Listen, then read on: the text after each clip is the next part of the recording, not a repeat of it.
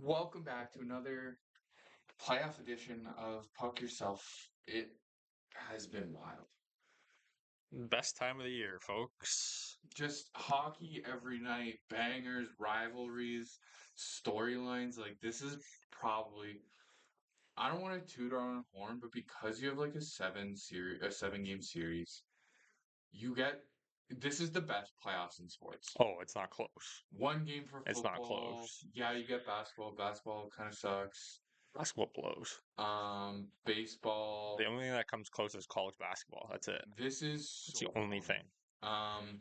There's a lot to kind of digest. We were saying earlier, like this has not been the standard kind of everything's playing out the way everyone thought. It never is. Never It is. never is. In hockey, it never is. That's what makes it the best playoffs because you don't know. The status quo isn't going to be the Yeah. status quo.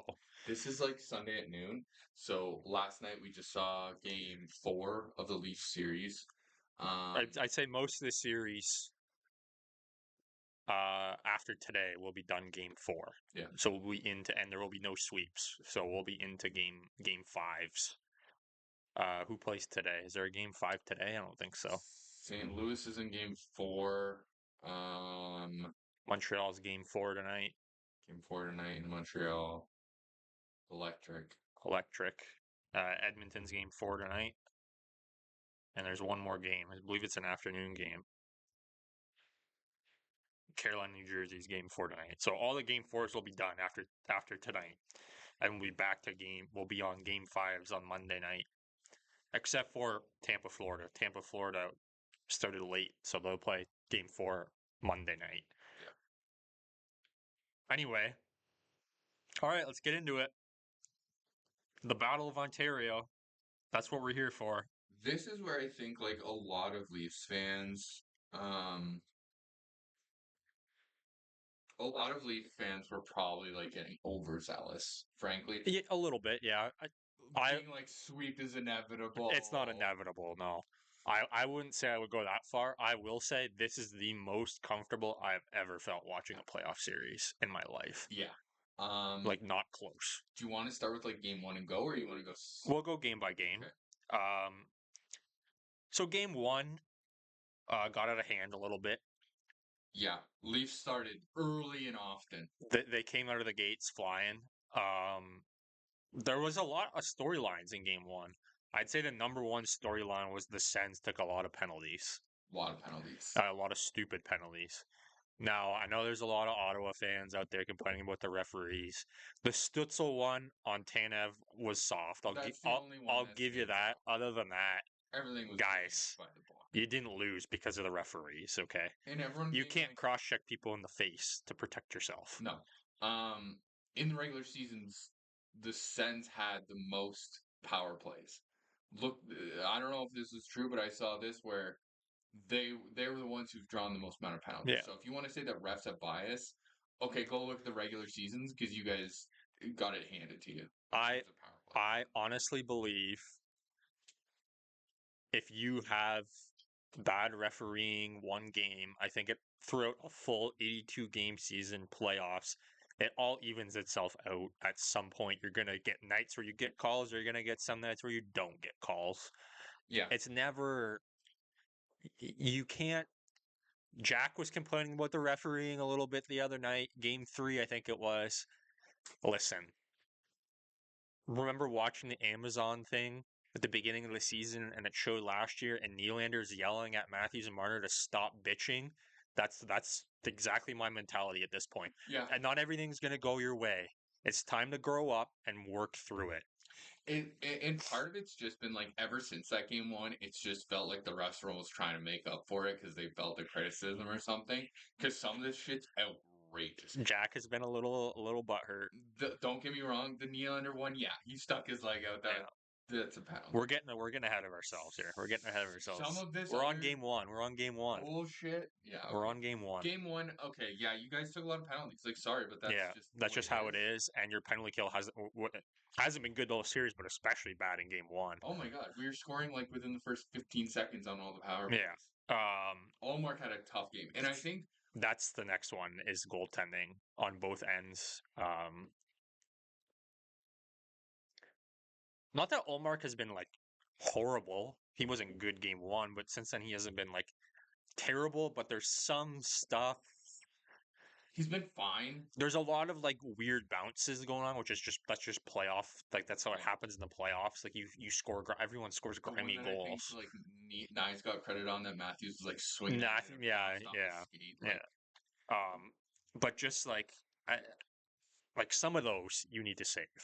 Like I get there's weird bounces and shit happens, but some of those you gotta save, right? yeah, the Riley floater. Yeah, in like game one. there's traffic and there's gonna be. I don't expect you to save all of them, but there's some that are kind of like they're a little slow moving. Yeah, it changes direction, but you're getting paid a lot of money here. Yeah. You're here because this team has needed goaltending, and he has notoriously struggled in the playoffs. Yeah. Stolarz has looked solid throughout the series. I didn't think he will get to game 4, but game one, the flub in front of the net. yeah, the first goal was was kind of hard. He's trying to like bring it in with his stick. Just jump on it. Yeah. Just jump on it. It doesn't have to Yeah. keep. Anyway, but other than that, he was pretty lights out. Yeah.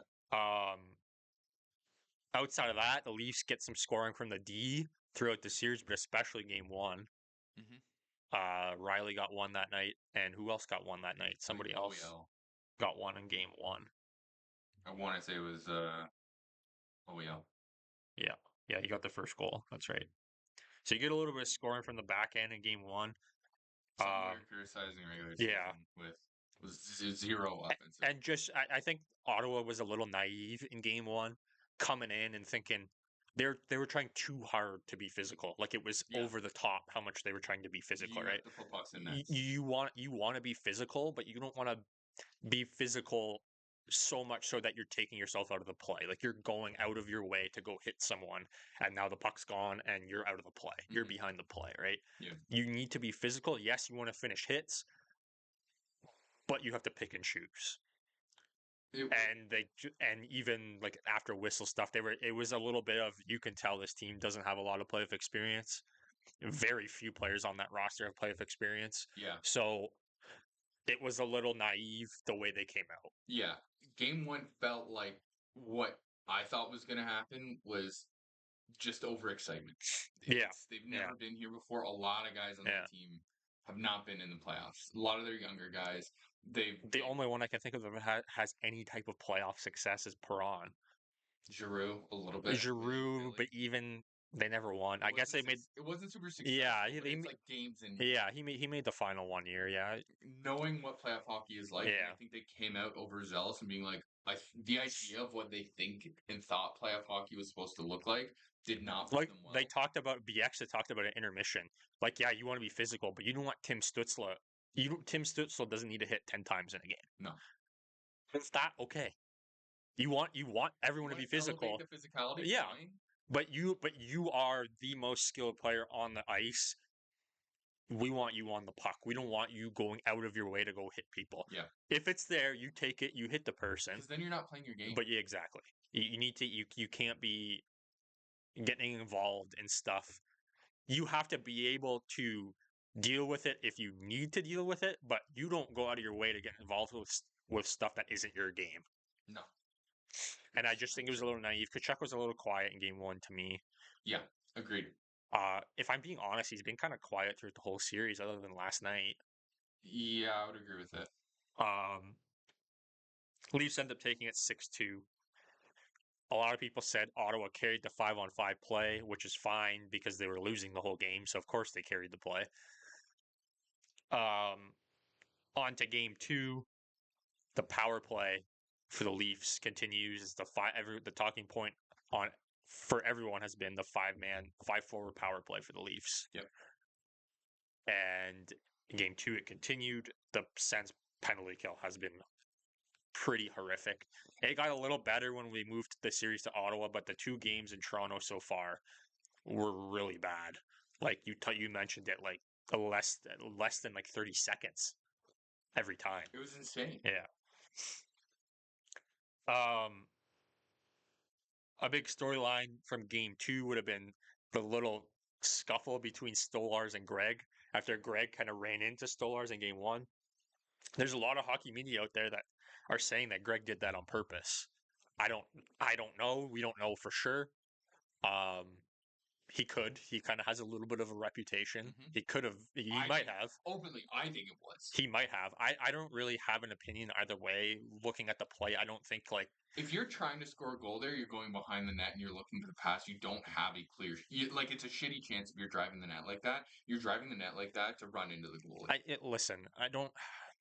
Because the only goal you're scoring there is you're crashing and it's I somehow am not gonna. trickles in, and then it's not going to be a goal anyway. I'm not gonna be a hypocrite because I preach that. If you're gonna go to the outside and they're gonna give you the space, you drive the net. But they weren't giving you the space. Is my kind of thoughts. But Greg on a one-on-one wasn't it Riley?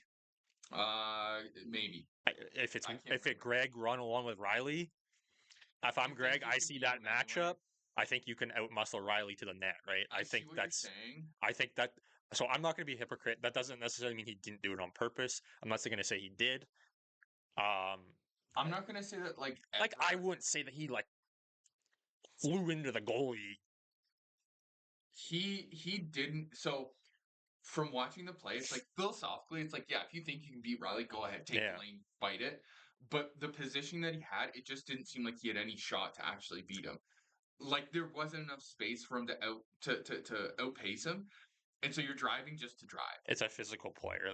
That's just his game, And, right? and that's That's part his of it. DNA. If you see Marner, you see Nylander, you see Stützle doing that, they're probably going around the net. I'm not even saying that it's the wrong play or that it isn't playoff hockey or Yeah, that's like a suspension or anything ridiculous like that. I'm just saying I do think it was deliberate. And so great he probably expected match contact. that energy. I would give you that. I think he expected contact with the Yeah. goalie. I'll Um give you that. I don't think it was. Part of that is going to be, guess what, Yeah, defensemen, they're driving the net. You need to yeah, outpace them. You need exactly, to not give them that lane. exactly. And Yeah, guess what? That opens the can. Fine. If this is what the series is going to demand, and every series is going to demand this, guess what? Match that tone. yeah. Anyway, so that play kind of led to game two, where Stolarz was giving Greg some Oh shots, my god. like constant, like not stopping. And finally, the refs are like, "Okay, You got it. you got your opportunity." Anything more, we're going to call Yeah, you on. and I believe they both got They penalties. did. I'm not sure why Greg got a penalty on that one, but um, It seemed to me to be like good refing, yeah, frankly. Um, of like, listen, you're gonna have these continuation battles yeah, game to game. Okay, the refs understood that. yeah, They talked to him after, said, "This is a donation that we're sending yeah, back here. Donation. yeah, Um, this is done. Anything yeah, more, it's just you." yeah. Outside of that, I thought that was our worst game, game two, especially the second period. I didn't think we were great in And the you third called it out, either. but I don't know if you want to get into it now, but the Domi line I- is just yeah, yeah, ridiculous. uh, Yeah, yeah, he got to be the hero in yeah. game two, He but got the winner, but specifically game two, like he gave the puck away a lot. Both goals, both goals against. He kind of maybe it wasn't like overly his fault, but like there were some positioning things that he could have done better. I know BX said on the broadcast like, "Oh, that's a bad pass by OEL." But OEL's bringing the puck around his own net. His defensive partner is where he's supposed to be, but that pass has been cut off. The only pass is to drop it off the boards the other way. Domi has to go there. He has to recognize that. yeah, I'm also gonna go. So to go back a little bit, I actually thought in game one, Domi I thought was okay. Yeah, so Domi started on the second line on the wing. I thought he did okay in the first game. A- He played And then his they role. swapped him with Holmberg. And Holmberg actually I thought Holmberg uh, was terrific on Yeah, that second line yeah. for game two and game three. And And he wasn't great last night, but Domi, I think Domi has a bad habit of if he has a good game, he gets a little ahead of himself. yeah, yeah, He got the Fed buddy. I don't know if it was Godette or who it was. He fed some punches. He got the crowd on his yeah, side. yeah, Great, love it. But then came into the next game thinking he's maybe a little bit more talented than yeah. he might be. Not to talk too much shit, but it's like, Hot shit. He thinks his shit don't stink, and yeah, you can't. You gotta be a little more yeah, humble here, man. yeah, Like game out. Stay humble so, because it did not look good yeah, after that game one. yeah. So basically, we were up and we threw it away in game two. Yeah, Ottawa came back. Domi ends up winning it in overtime. and kind of fumbles through to be able to get the shot. Yeah, he got a little lucky. It was a little lucky. But he got the shot up fine. Seal Yeah. the deal. Game 2's ours. We win both in Toronto. We keep home ice advantage, right? Fantastic. Game 3. Actually, with the game 2 stuff, Robertson took a bad penalty Yep. in game 2 and got benched for a lot of the third period and most of overtime, I believe. I don't know if he even got a shift in overtime. But a lot of the times in the third, Nylander was going out with that line instead of Robertson. He got a couple shifts here and there, but it wasn't pretty consistent. And after game 2, Pacioretty came in for Robertson in game 3. That was the only lineup change we've really seen throughout the whole series. Yeah, in game I don't think it really affected much. Game 3, Pacioretty was fine. It was fine. Yeah. It didn't stand out. He offered a little physicality, but that was kind of the extent of it. There was nothing that glared out of like being terrible mistakes, but it was like I don't necessarily fine. disagree with taking Robertson out of the lineup, but it's the fact that Pacioretty's an older player. Yes, he's shown he can be physical this season, Coming off, but he hasn't played since February. long layoff. And like this is not like this is a player that can be physical, but that's not his natural game. That's something he's adapted to now, but his natural game isn't that. So after the long layoff, it's not exactly something I 100% agree with. Again, I think your Robertson wasn't great in that game, but I think it was probably a little harsh because there's other players that we've seen since then that have done things to warrant. Yeah, I could probably take you out of the lineup. But and we'll go forward looking after the rest of the game analysis. But I also want to touch on going into game 3. You Sens fans who made these music videos. No, that was before game 1. That was before. That was before game 1. That was before the series. That was hilarious. That was the funniest shit I've ever seen in my life. You have all these people that notoriously hate the Leafs that came out on social media were like, the Leafs are winning. Like, it's done. I don't know who thought the Sens had a shot to where you're going to make a music video and calling out the Leafs. You want to be excited about your own team? I would stand that. I would tolerate that. Okay, you want to walk that line, toe that line, make your music career. You say Leafs suck. You say they got clicks, buddy. you got clicks. You know what? They got clicks. Yeah. Listen, if I'm Shane Pinto, I'm not gambling on that to go double platinum. I'll put it that way. Yeah. Okay. Just know your place here. Yeah. Know your place. Anyway. Moving on. Game 3. That was the first time Ottawa led the whole series. Nice ties the game. Nice. Oh my God. And then Matthews, off a beautiful feed from Marner, scores early in the third to give us the lead. The photo of disappearing act that Marner was able to pull off, beating Matthews. Oh, Omar! Oh, where is it, Omar? Where? Sorry, buddy. Sick play. And then this is the game where Brady showed up. Yeah. Not just because he scored, he was involved a lot. Yeah. And he ends up tying the game. Getting a lot of positioning in front of Stolarz. Yeah. Being a physical guy, but being far more positioning. Yeah. And honestly, a big factor is the home ice switch. You get the matchups. You get the better matchups when you're at home, right? So well, and even to offer a little respect on Brady, he's very quick to adapt. Stolarz, they called it out on the feed, but it's like Stolarz doing some breaking up some through the crease passes. Next play adapted and ended up scoring. He's a very talented player. He's a smart player, despite what his looks say about him. He really does. He's quite the hockey player and quite the leader on that team, especially in his own barn. He's a young leader, so it's gonna take a bit, but he's still got learning. Yeah. You can see why he's the captain and why guys want to go to Ottawa or to play with that guy and to be part of what they seem to be building there. Yeah. And then the rest of the third, both teams kind of locked it down. Benoit ends up sending a shot through in overtime from the point, and it sifts through. Nobody else touches it. And the Leafs take a 3-0 series lead. Benoit with an assist on the OT winner in Game 2 and the goal in Game 3, He has turned who into is literally the last defenseman on our roster. he's turned into quite the player Yeah. this season, And both defensively and offensively. not just that, before the overtime, he blocked 2 shots in the last minute. He's being disciplined Yeah. because he's getting run over a little bit. Like He's been aggressive with the puck though, like Yeah. carrying it through the neutral zone, joining the rushes. Yeah, He's getting beat up in his own end, and he's now taking shitty Yeah. penalties. Like Yeah. Simon Benoit, welcome to Toronto, man. Yeah. Like I hope you're enjoying it. 'cause he I was good in the love it. playoffs last year too. Actually, Yeah, he was good last year too. So yeah, game 3, I would say a little better than game 2. It was Yeah. a similar storyline of when the game is. I'll get to it after. We'll talk about this because this is more of like an overall series thing. yeah, So game 4, Ottawa comes out hot in game 4.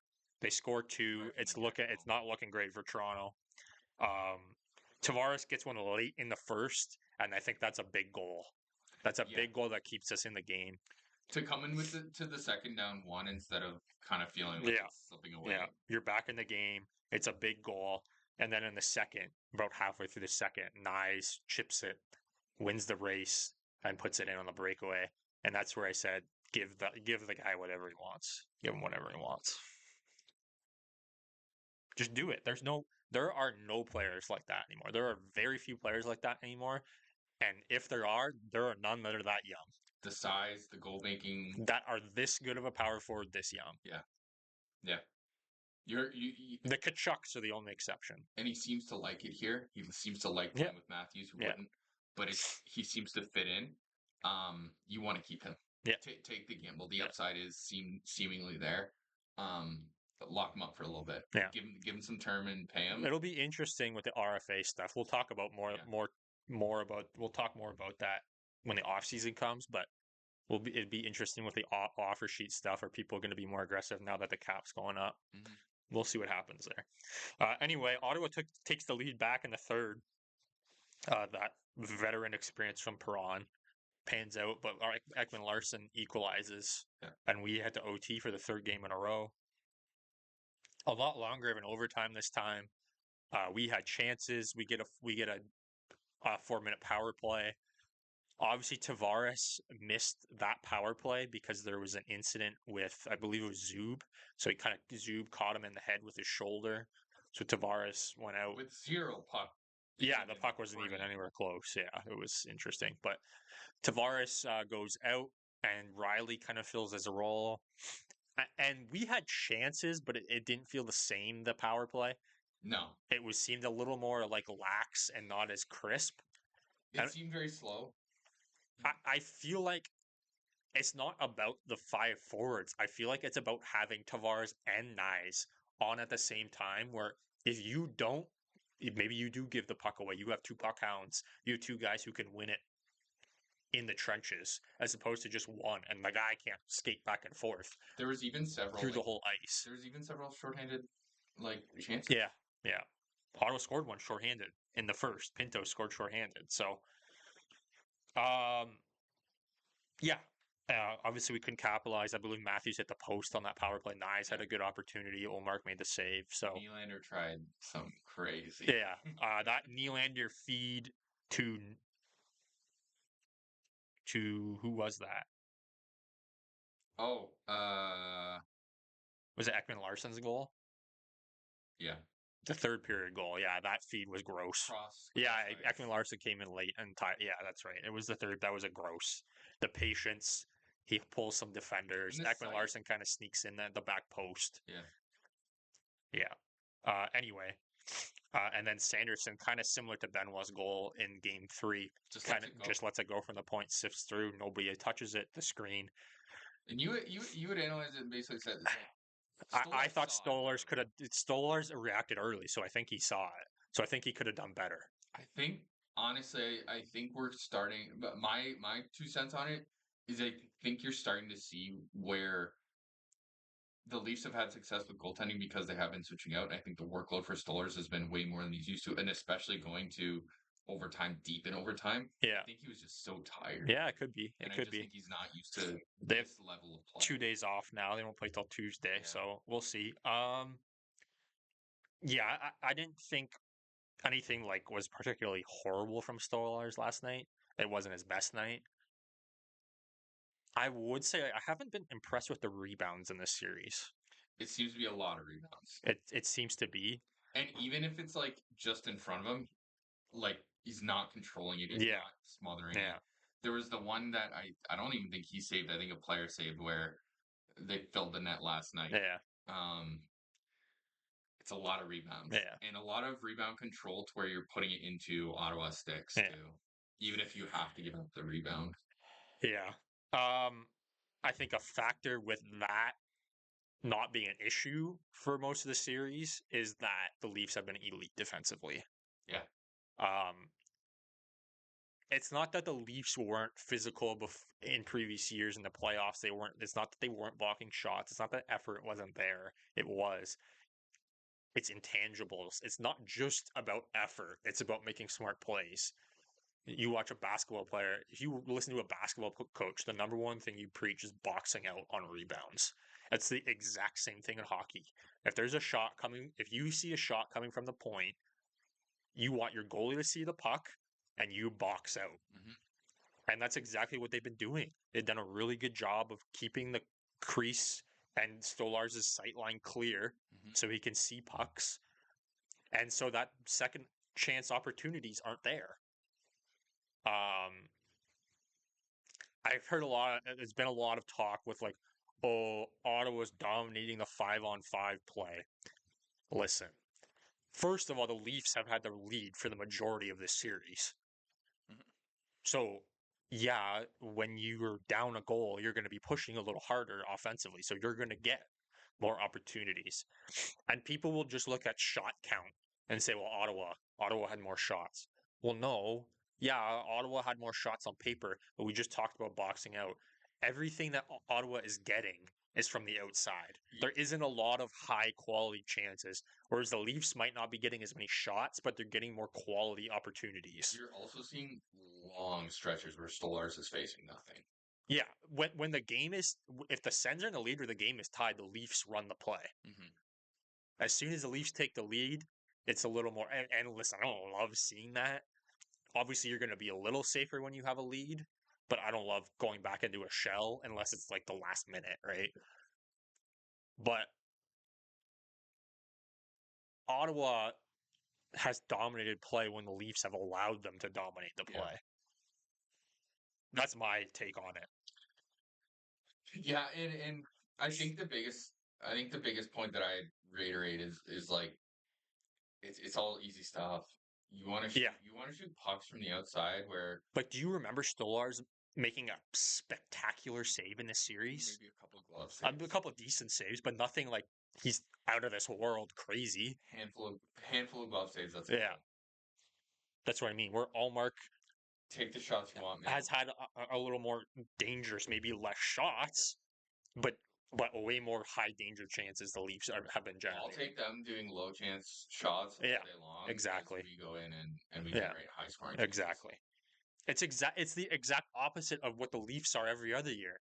Every other year, the Leafs, the Leafs outshot the Bruins. They should have won. They outshot Tampa. They outshot Florida. They should have won. Well, no. All their chances are from the outside because they're not getting in the mix. They're not getting into those high danger areas. They're not creating chances. So, yeah, it's super easy for high elite goaltenders like Bob, like Vasilevsky, like even Swayman last year was terrific last year.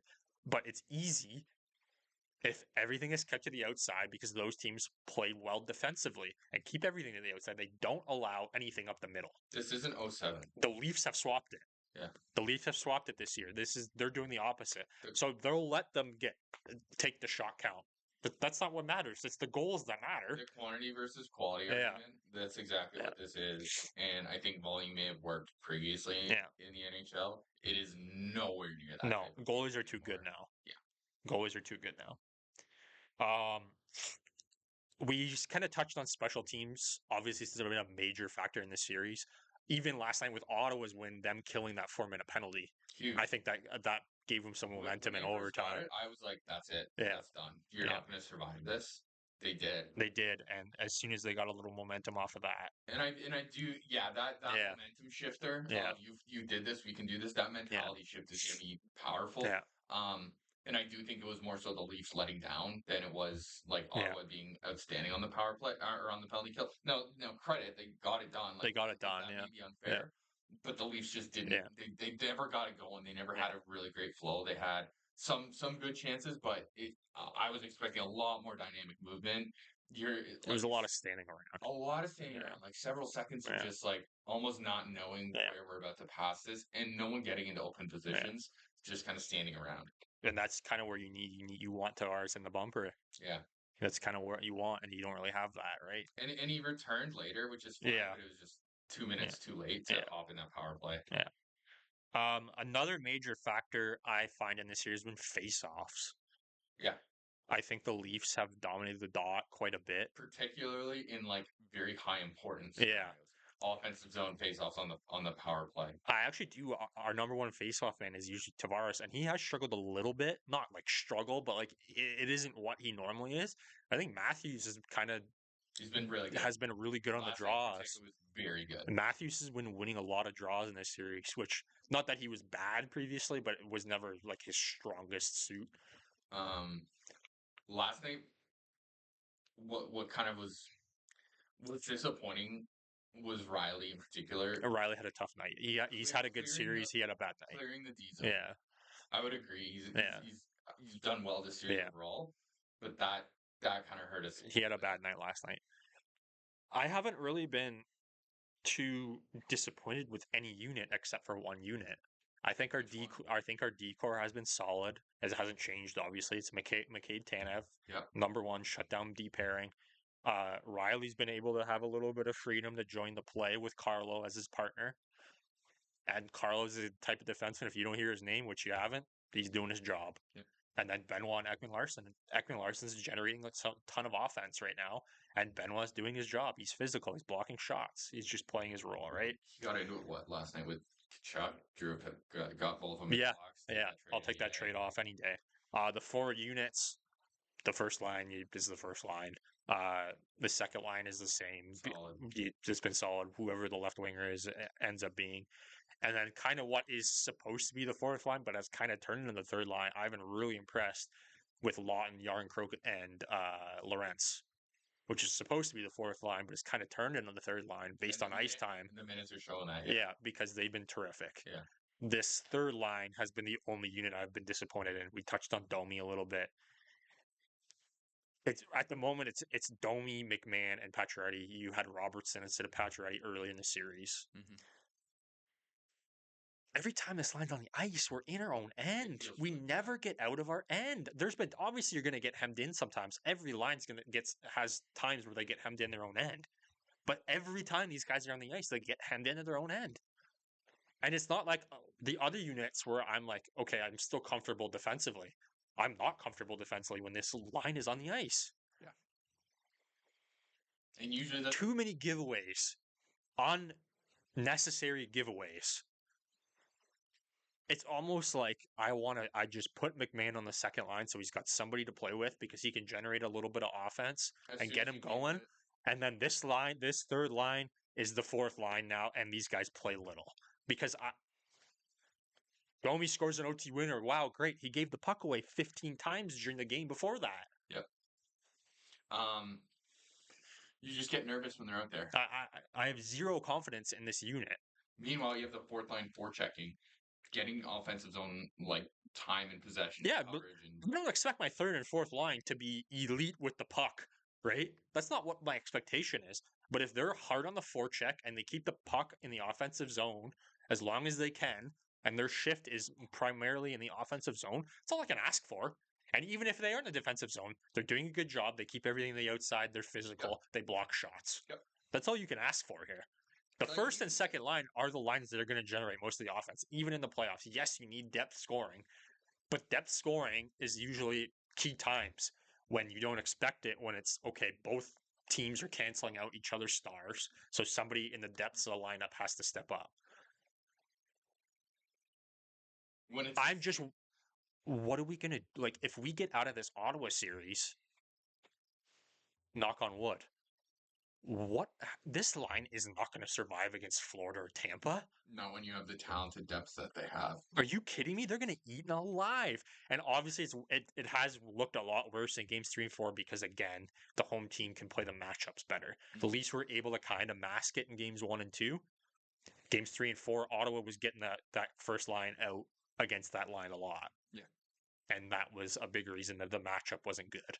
And now that we're at home game 5, maybe we can get back to what it was and avoid having Kachuk on against that line or Stutzel, whatever.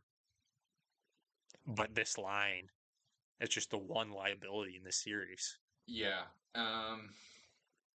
Listen, I broadly, over the first 4 games, broadly speaking, particularly the ones in Ottawa, your job was to go get one. Yeah. It would have been a luxury to go get both and have it over and start resting again. Yeah. That's fine.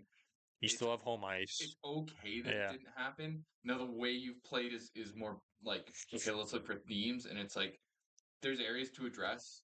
Let's take this one step at a time. Yeah. Like, don't get ahead of ourselves. But it does feel like that third line, something has to give here. You may have to split something up. I don't know what's going to happen, but that needs to be addressed, particularly if you seriously want to go deep within the playoffs. Which is why it's important that we got home ice. It's a big factor in why it's important. Yeah.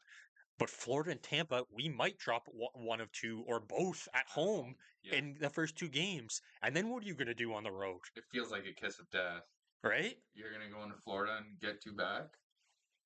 I just something has to change. Do you think it can be as simple as a mentality shift of that third line? Do you think if they just they need to? I think like, I think you know what I think the problem is. I know. It's and it screams it. The third line center is the problem. And so I know it's because Domi, but the third line center just in general is the issue. because you don't have a good replacement for Domi. No.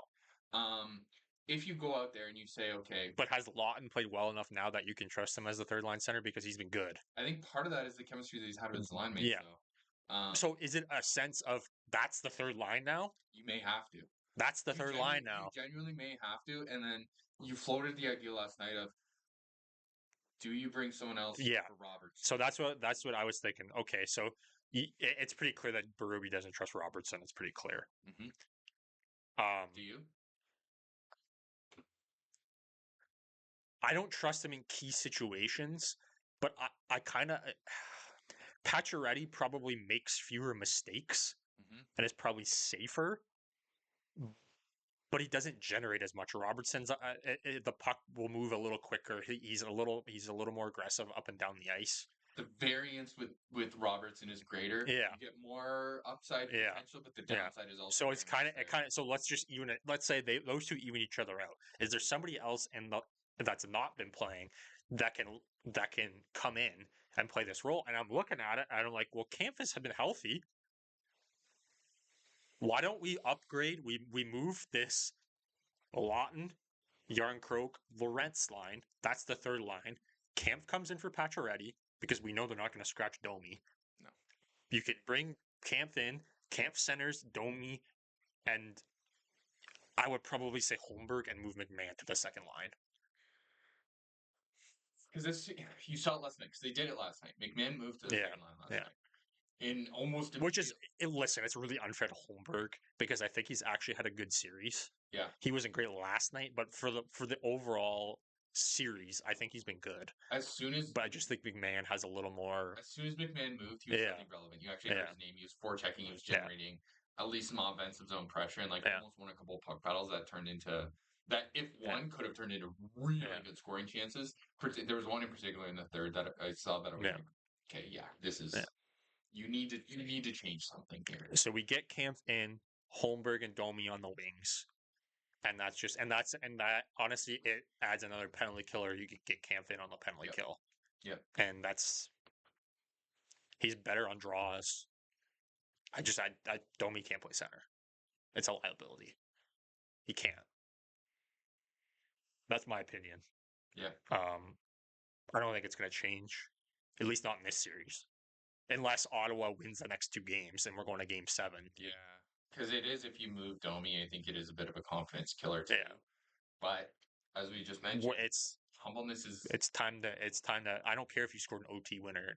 That it's overall play. Your need to get line's the a message. liability, and you're the center. You need to get the message Yeah. that this play hasn't been good enough. Yeah. The last thing I have are the hopes well and truly up. I, you said it at the beginning. I feel better about this series and even This is the season. most comfortable I've been. Yeah. I don't think that the series is at all in danger. Okay. I think that it would surprise me if we don't go and win in Toronto. Um, the big thing is, okay, are we good enough for the second round? Yep. The answer,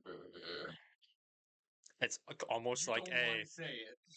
It's almost like a. Let's close this out in Toronto here. We win in 5 games, and let's hope Florida Tampa goes 7 games. Yeah, it's kind of like, oh, well, let's see. Yeah. Part of it's just destiny. Like, like cornily putting it, but like part of it's destiny.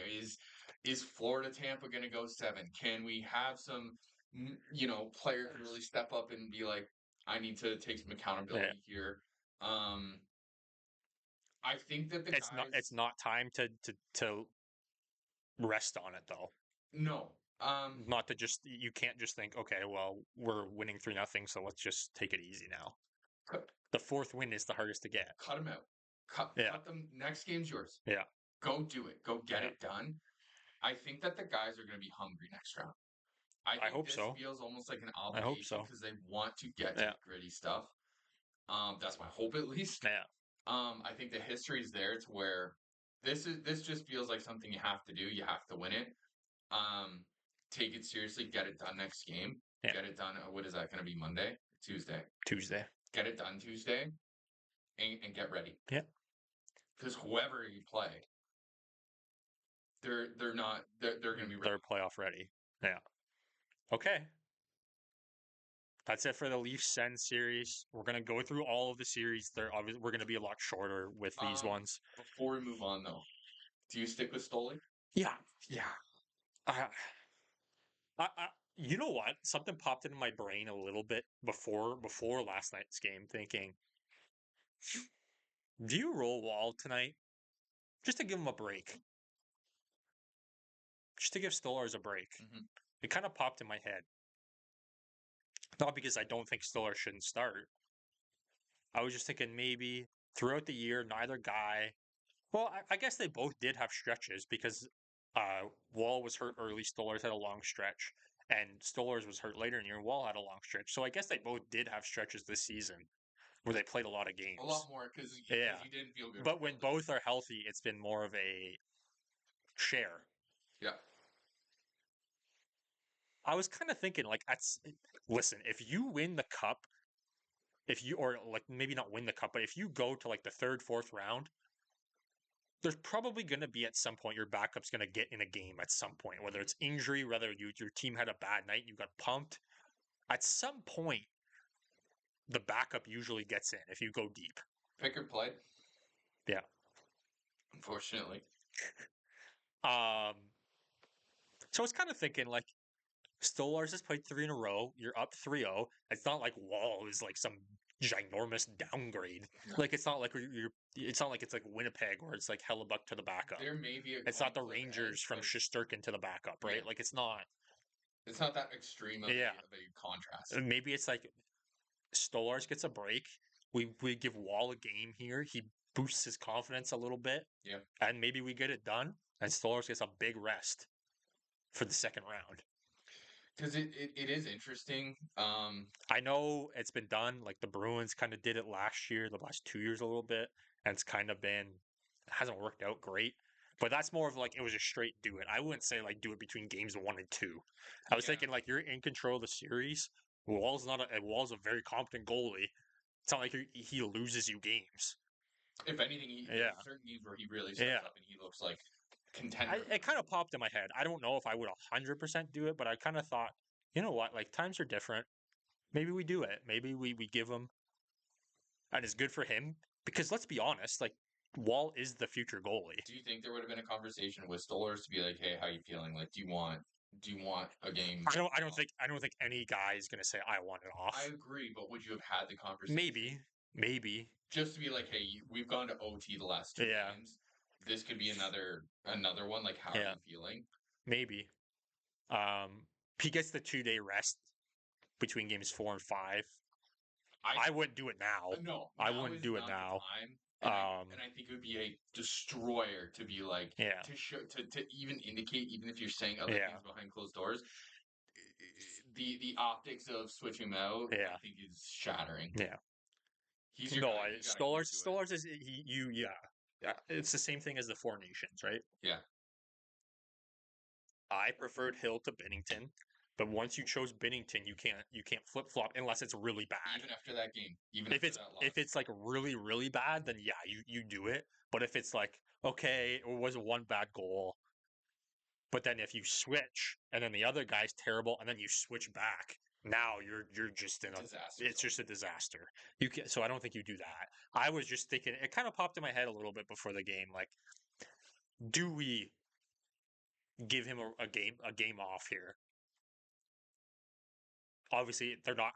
They're obviously not going to do that, but Yeah. just kind of popped in my head. But no, Stolarz plays. Just wanted to talk. Yeah, Stolarz plays. Okay. We'll stay in the Atlantic. Yeah. Panthers Lightning. Interesting series. So Matt Tkachuk is back. So basically, it was the LTR Magic. I think he probably could have played earlier, but they didn't have the cap room, so they just kept it. He didn't seem to struggle physically. No. Okay. He scored 2 on his first game back, and Florida take both games in Tampa. The big storylines so far have been a couple hits. Yeah. So Hagel's hit on Barkov in game 2. I wouldn't call it just if you take no other factor, just the hit itself wasn't dirty, but because the puck, Barkov actually never touched the puck. So I think it's warranted. Hagel ended up getting suspended for game 3. And then in game 3, it was kind of a similar thing where Tkachuk hits Gensel when Gensel doesn't have the puck. Now, the difference here is that Gensel did have the puck. Gensel had the puck. It's gone. It was a late hit. It's a penalty. It's not suspension worthy. Did Barkov play game 3? Yes, Barkov played game 3. So he's fine. He's fine, yeah. He was a game time decision. He ended up playing. Okay. And Gensel actually wasn't hurt or anything. He played and he scored. And Tampa rolled them over in game 3. I believe it was 5-1 final. So all road wins so far in the Tampa-Florida series. But yeah, before the series, it was a lot of toss-ups. But I was hearing a lot of people that are like supposedly experts were saying Tampa's going to win. Tampa's going to win. I just kept seeing Tampa. I'm like, yeah, it's a factor that Florida's played a lot of hockey over the past couple of years, but I'm not counting these guys out. No, these guys love playing fucking hockey, dude. Especially in the playoffs. I'm not. And you add Marchand into that lineup, I am not counting these guys out. Even if you're winning the Stanley Cup like they did last year, you still get months off. Yeah. You're a professional athlete. Exactly. You're fine. I did not think going year after year deep. I don't think that's almost irrelevant in all honesty. I don't think it's completely irrelevant. Professional physiotherapist, nutritionist. I get that. Rehab. I get that. But it is a lot shorter of an off season winning the cup than it is missing the playoffs. Yeah. Even exiting round 1. Yeah. You're playing into June. If you exit round 1, you're done at the end of April. Yeah. Okay. I don't know. It's not a non-factor. Like a lot of these guys, I don't think it's as much of a factor as a lot of people these guys say. Go to skill camps. They go to maintenance camps. 100%. A lot of it is the way Florida plays as well. They play a very physical brand. It's very toxic. Yeah. Players. So that's a big thing. But they go and they take both in Tampa. Now Tampa had to win game 3. They had to win that game. Yeah. So they take game 3 in Florida. Game 4 goes Monday night in Florida. So we'll see what happens. I would say it's kind of another must-win for Tampa because if Florida goes up 3-1, it just feels so bad. It's not a team like. Listen, I am comfortable with the Leafs, but if I was a Florida Panthers fan, I'm a lot more comfortable with a 3-1 lead than I am as a Toronto Maple Leafs fan. Yeah. Right. Yep. No matter the competition. You're not going to win one of the next 3. Yeah. Florida doesn't lose 4 games in a row or 3 games in a row, right? Like it's just not. They don't want that happen. Yeah. But yeah, what do you think on the hits? Do you think either one of them was suspension worthy? The fact that Barkov didn't have the puck, like never even touched the puck. Suspension's intense. Did he get a misconduct? I don't know if Hagel did. I don't know.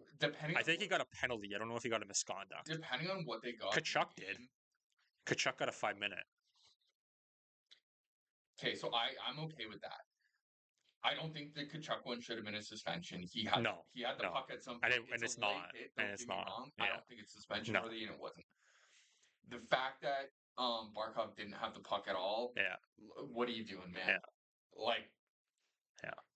It's a dirty hit.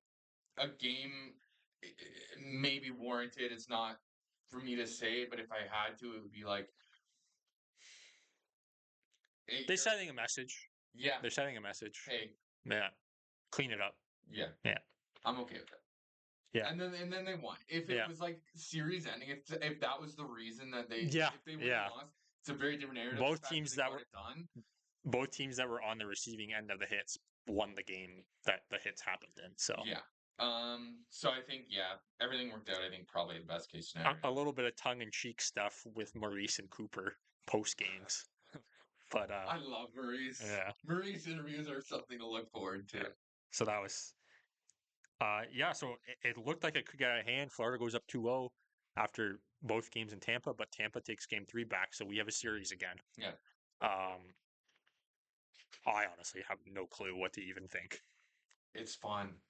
It's just fun. I hope it goes 7. This is something to enjoy, I hope it goes 7. I really do. For our not just for the Leafs' sake, of course, but just to watch the series. Smash each other up, boys. Yeah.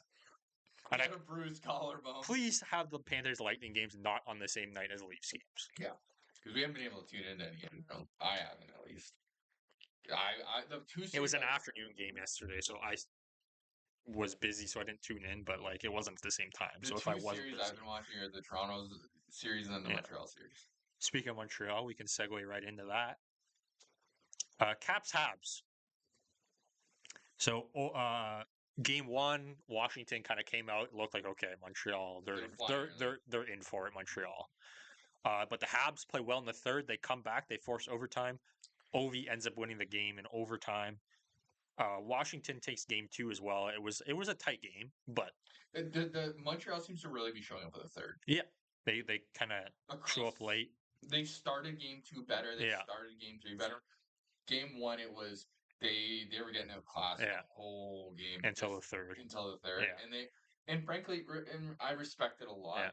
Where it was just hard work in the third. Yeah, they know they're a less talented team across, on average across the board. Their lines are very, very different. Their depth is very, very different.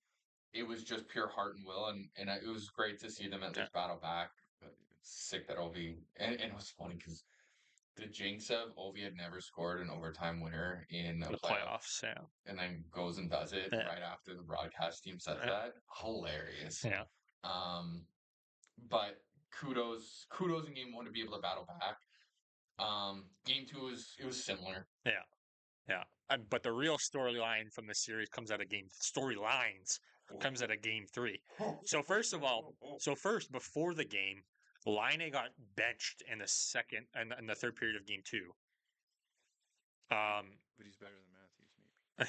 Maybe. We'll see. We fast forward to game 3, he doesn't play. Now, was it injury or was it a healthy scratch? We're not really entirely clear on, because they said something about an upper body or lower body or something. Not sure. I don't disagree with it if they did healthy scratching. With him being honest, I don't think he's got an attitude problem. Yeah, I think he's got issues. Outside of that, he doesn't play, and the Habs look better. The Habs played a full game. Yeah. with the Tom Wilson's kind of been running around, being physical, his normal self. So Montreal throws Xhekaj in the lineup for Game 3. And oh boy, it was in warm-ups that we saw. They were kind of barking at each other in warm-ups. There was some stuff after whistles, some scrums and stuff. And then Wilson and Xhekaj are kind of going at it. Josh Anderson gets in the mix. Things boil And over. things boil over. Wilson and Anderson are going at it. They fall into the bench. The ref is in between them. And Wilson is still pushing. No shit's given that the ref is there. Giving her to the guy on his own bench. Spencer Carberry almost gets a run over. He gets out of the way. And it was at the end of the period. Yeah. It was the funniest thing. Yeah. If that isn't the epitome of hockey and hockey players, Yeah. I don't know what is.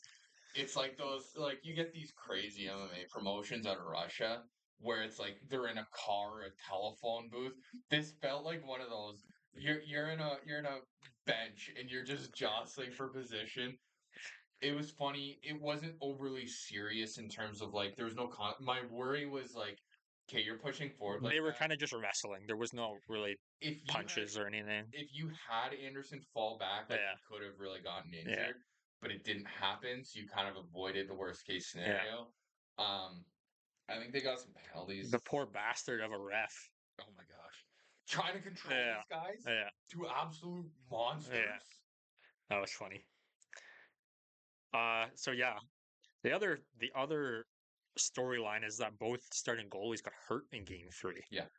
So Montembeault goes out. It didn't really look like anything crazy, but it looked like he held maybe like his hip, hamstring area. It looked like the hamstring. There was one thing. So two developments with this that they shared on the broadcast. One being, I guess earlier before Montembeault went off, he went to the bench. He went to the goalie coach. He said this is something that's happening. Yeah. And Dobish started warming up in the dressing room. Yeah. So they knew this was happening. Something got tweaked. Yeah. We don't know where. But before he ended up going off, there's that goalie cam footage from the net where he grabs his left hand. Yeah. So Montembeault obviously goes out. Dobish played the rest of the game. They're saying day-to-day for Montembeault. It doesn't sound like he's starting tonight. No. It sounds like Dobish will go tonight. After that, we'll see. Logan Thompson looked a little scarier. Yeah. It was kind of a Montreal odd man rush, and they end up scoring on the play, and Thompson gets run over by Strome, his own player. Yeah. Obviously not on purpose. It looked bad. And the knee kind of gets stuck, and he couldn't even put weight on it. He gave out on it. Yeah. So it didn't look good. So Lindgren came in and finished the game. Obviously, Montreal wins Game 3. Now, when I previously talked to you, I said I hadn't seen anything with Thompson, but I did see something. He's a game-time decision tonight. That is astounding to me. So it doesn't sound like it's too bad. I mean, okay, so my hot take... I don't think he'll play tonight. It would surprise me if he plays tonight, just because they have a game in hand. Yeah. Make sure he's good. Yeah. If he's good, fine. Yeah. If there's even a remote hesitation, stick with Lindgren. Yeah. He's still a good goalie. He can get the job done. Yeah. Have the rest of your guys maybe play, fill in some cracks here. But my hot take, Dobish is about to go game mode. I was about to say, my next thing was, has Montreal changed the series? Has the momentum swung? Montreal wants it. Montreal has something to prove that they're not a joke. Because they've been kind of like disrespected for the last several years of why haven't you taken steps? What's going on? You've got some guys coming into the system now that are elite. You want to talk different vein? Lane Hudson is an absolute animal. Okay? I think that regardless of if it was Primo, I'd be like, go home. Get the bags packed. This isn't happening. I love Dobish. You want to know why? Dobish came in when he first came up from the AHL. He looked phenomenal. The guy is great under pressure. Once he got the regular gig, he was, he fell off a little bit. He was a little bit more down to earth. But I think he's a guy who, if you give him the shot and talk about getting a shot that matters more, it doesn't exist. Yeah. It's the playoffs. Again, when you're the vast underdog, You're going against the guys who won the conference. I think Dolbish is about to go sicko mode. I think he's about to go Bennington in what is it, 2019. 2019. I think he's going to go unbelievable, and I think it's going to turn into a very good series. Okay. I don't know if they win, Yeah. but I think it is going to be far more competitive than a lot of people maybe Yeah. would have given it credit. So I did say Caps in 7 at the beginning. It didn't look good after the first 2 games, but Montreal hasn't played a home game yet, and that's probably the best atmosphere in hockey, right? They just seem to be figuring it out. They're playing with grit. They're playing the way you need to play. If you're going to go out Yeah. and beat the team that's really talented and seems to be working hard enough, you got to outwork them on everything. And you just have to have the heart, and they seem to be doing that. Caulfield's he's scoring some goals. He hasn't stood out crazy to me, but he's playing really well. Suzuki seems to have stepped up a lot. Yeah, Suzuki's a big one. Yeah. And Lane Hutchinson is just an unbelievable fucking skater. Yeah. Oh my gosh. The one thing with the Habs, I think it'll go at least 6. I still think Washington wins the series. It surprised me if they did. I still think it's such a long shot for Montreal. Yeah. I just think the Habs are too small.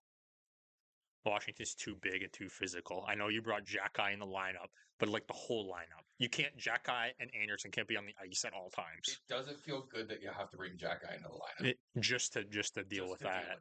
Yeah, it doesn't feel good because he's not going to be doing a whole lot more. I mean, he's the 6th guy. The other 6 guys isn't going to be that much better than him. It doesn't. I don't think it really alters that much. Yeah, I don't necessarily disagree with it. But I just think like the lineup as a whole. I don't think Washington's a big team. Yeah. And like you have some other guys stepping up. Like Dvorak was the one who got the game winner in overtime. We'll see who can continue to step up. I think Montreal has changed the series. I think they've got a little bit of momentum. And again, best atmosphere on home ice, probably in the league. Yeah. They play the Purge song when they have a power play. So just the arrogance and the cutthroatness to play that little horn going into a power play, love it. Oh. Yeah, so I think they've changed the series, but I don't think it's enough to win the series. Yeah. They're just moved from a sweep to okay, tip your hat to Montreal. Yeah. You're standing in there, you're doing really well. I just think they're too small. Yeah. Washington's too big, too physical, and deeper. Yeah. And then if both teams have to put their backup goalies, it just kind of evens itself out. It's not really, to me, Washington still takes this series, but I hope Montreal gives them a run. The asterisks I'd put on it. The asterisks. If both teams have to play both their backups the whole series, we could see something really special happen here. I am on the Dolbish train. Huge Dobie guy. Huge Dolbish guy. Yeah. The little arrow on the S. Yeah, don't play with him. Don't play with him, dude. He's European. Yeah. Goalie. Not a player. Goalie, yeah. Okay. Moving on. Last series in the East. We'll run through this one quickly because it's kind of been status quo. Canes Devils, the first 2 games, the Canes eat them alive. No one really expects much from New Jersey. And the injury curse has continued for the Devils. Brendan Dillon and Luke Hughes both hurt at the moment. They didn't play games 2 and 3. They're in big trouble. Now, they do hang on in game 3 somehow and win in double overtime at home. Yeah, so, double overtime was sick. Yeah, double overtime. So they're in it. Was it Hersher who got it? I don't recall who got it. I was just so tired. I don't. That was one where that was Friday night. Stayed up until 1 a.m. watching that one. Nemec, Simon Nemec, the young defenseman, gets the game winner. See how many D get the winners in overtime? It's because it's always a point shot. Yeah, just a point shot sifted through. All the D always get the OT winners. So New Jersey hangs in the series. We'll see what they can do this afternoon. Yeah, another home game. But I still think Carolina takes care of business here. Yeah, I thought Freddie was terrific in game 3. I think he's been good the whole series. Obviously, Carolina's goaltending has been a big question mark. Mm-hmm. I don't think it's been an issue in this series. Freddie's been healthy. Yeah. He looks comfortable. He's looked comfortable. He played lights out game 3. He didn't really get much help. I think Rod the Bod isn't going to let his team play like that for 2 games in a row. No. So I think it's comfortable. Markstrom's been good, but Yeah. But they just don't have. They don't. The the injuries. guys on the ice. Yeah, You're gonna it's get unfortunate outclassed. because they were very good at the beginning of the season, and they do have some good players. Not But a bunch of Patrick Laine It- out there. yeah, but it's just without Jack Hughes, Feel good. it's the offense just kind of isn't there. Kiefer. Yeah, Kiefer. Okay, we're gonna go out west. Oh boy. We're gonna start with my favorite series so far. Okay. Jets Blues. There's a lot you can go down here. Extremely physical and entertaining series. It has been fun. Yep. Hit after hit after hit. There's lots of goals. It's just fun to watch. Yep. Up and down the ice. No game feels like it's the exact same. Yeah. Either. Yeah. So far, it's been all home wins. Like the Leaf series, it's like every game kind of feels like it's playing a similar narrative. But Yeah. This one is all over the place. Yeah. So game 1, Winnipeg wins game 1. They kind of bail Hellebuck out. Easter Sunday. This was Saturday. The Saturday. Yeah. Oh yeah. Okay. Hellebuck doesn't have his best game. Winnipeg bails him out. They come back, they win late. Game 2, it's the opposite. Hellebuck bails the team out. The team don't necessarily play terrific. Hellebuck bails them out. But then game 3 is an ugly one for him. St. Louis wins at home 7-2. It was I think 3 goals in the third. I believe Buchnevich got a hattie. Yeah. So the playoff woes are kind of here for Hellebuck, bar the one game. He got caught behind his net at one point. The first 2 games, I will say the Jets really came to play. I was really surprised by their overall game. Yeah. Because they haven't done that in the playoffs And previously. one of the things was going to be, Yeah. is the offense going to show up? Which it didn't in game 2 and it didn't in game 3. It did in game 1. Yeah. Hellebuck bailed them out game 2. So the Blues aren't out of this yet. No. Which the puck drop is probably in the next couple minutes. Outside of that, it's just been such a fun series to watch. One of the epitomes of just playoff hockey. Yeah. I don't really know what way it's going to go. No, I really don't. It's fun to watch. This series has had a lot of long breaks in between games. I believe there was 2 days between game 2 and 3, and then 2 days again between game 3 and 4. Because they played Thursday, they're playing game 4 tonight, or right now, today. So kind of weird. Anyway, and they don't play again till Wednesday. A lot of breaks. A lot of breaks. Maybe because Winnipeg's so far from everything. I don't know. Maybe. What do you think? What do you think's going to happen in this series? Okay, so my prediction, I do think St. Louis edges them out. You think St. Louis is? I pick St. Louis as well. I just mean from what you've seen. I think it's going to continue to be physical. I think it's kind of just been the home team kind of takes that momentum. And I think the physicality is tougher for Winnipeg to maintain. Yeah. I think that coming in with so much momentum, I think that St. Louis's play style is just more suited to the playoff hockey. Yeah, and the guys that they have on that team, they're able to sustain it longer. And Binnington. Yeah. Just a winner. Just big games. 4 Nations face-off goalie. Hellebuck will go down as a great goalie, but Binnington will go down as a winner. Yeah. And those are 2 very different things. And Hellebuck still could. He could. He still could. But from what we've seen, I don't know. I think that, I don't know. I think that just you have more evidence that St. Louis is able to play this game. Yeah. And Winnipeg has been able to match it a little bit in game 1, maybe a little bit here and there. Yeah. But I think if you play St. Louis's game long enough, I just think it edges it out. I think it goes long. I think it goes 7. Yeah, it could 6 or 7 for sure. I think. St. Louis's D-corps didn't look great early. Parayko has kind of struggled a little bit. I know he's coming off injury, so hopefully they figure it out there. Who's looked really good? Probably the best name in the NHL. Who's that? Just signed from college. Who? Jimmy Snuggerud has looked terrific. Again, please, please, please get a partnership with Snyder. That is such a missed opportunity. Love Robert Thomas. I know I say it all the time. I think he's been good again. Yeah. Kairos looks solid. Yeah. But Winnipeg's it's Scheifele and Connor have come to play. Those are the two guys that need to put pucks in the net. Yeah. And they've come to play. Yeah. So we'll see. We'll see what happens. But just love watching. I hope it goes deep. Yeah. I want to see as many games of that series as possible. Yeah. Okay. Staying in the Central, Colorado Dallas has been an interesting one. I have not been able to tune into any of these, but seeing the results, it's not going how I thought it would go. So I think because of Dallas's injury issues, that a lot of people expected Colorado to kind of run them over. I expect Colorado to win. I never expected them to run them over. I think the biggest surprise was the first two games. So Colorado came out buzzing. They dominated game one. Mm-hmm. Dallas takes game 2 and game 3.